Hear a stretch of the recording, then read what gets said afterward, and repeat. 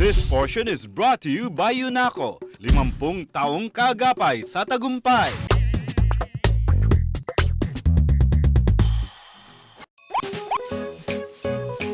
Ang sunod naman na aalamin natin ay ang gastos ng mga biik hanggang sa sila ay mabenta. Ang mga biik na sumususo ay kailangan pa rin pakainin ng Early Wean Immunobooster upang mapunan ang nutritional gap at maabot nito ang genetic potential. Makakaubos ang mga biik ng 1 to 1.5 kg ng pakain hanggang sa isang linggo matapos silang iwalay at ang gastos dito ay nasa 100 to 150 pesos. Siyempre, kakailanganin din ng tamang medication sa 5 to 30 days ng mga biik.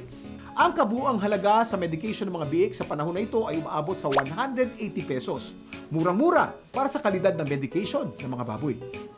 Kabilang na dito ang pagbibigay ng Apralite panglaban sa pagtatain ng biik, Jectran Premium para naman makaiwas sa anemia, Coglapest bakuna laban sa hog cholera at Bexan SP upang mas maging malusog ang mga biik at mabilis lumaki.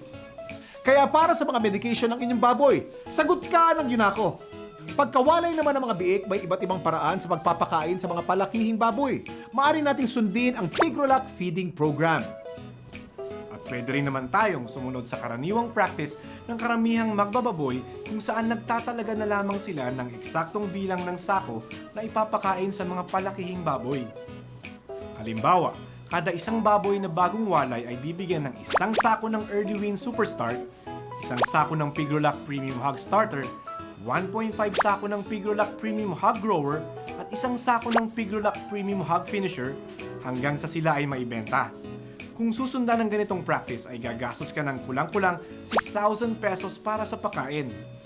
Sa mga ganitong edad ay kakailanganin pa rin silang purgahin ng latigo, bakunahan ng Coglapest, laban sa hog cholera, bigyan ng Bexan SP para sa mabilis na paglaki, at Digestiaid 4X para sa mas magandang pagtunaw ng pagkain.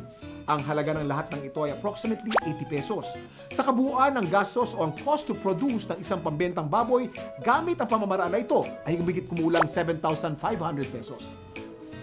Target nating maibenta ang mga palakihing baboy sa timbang ng 90 kilos at kung ang live weight price ay 105 pesos, ang isang baboy ay nagkakahalaga ng 9,450 pesos at kung ibabawas natin lahat ng gastos, ay maaari tayong kumita ng halos 2,000 pesos sa isang baboy lamang.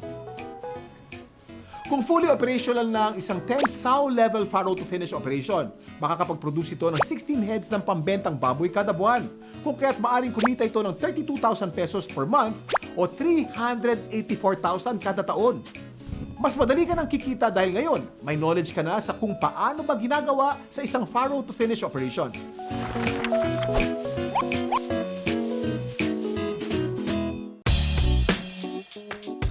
Magandang feeds, magandang simula ng babuyan.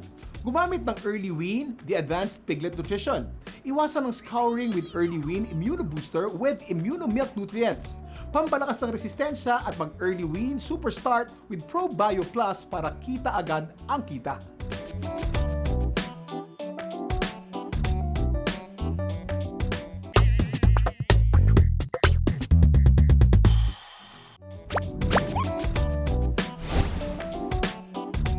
This portion was brought to you by UNACO, 50 taong kaagapay sa tagumpay.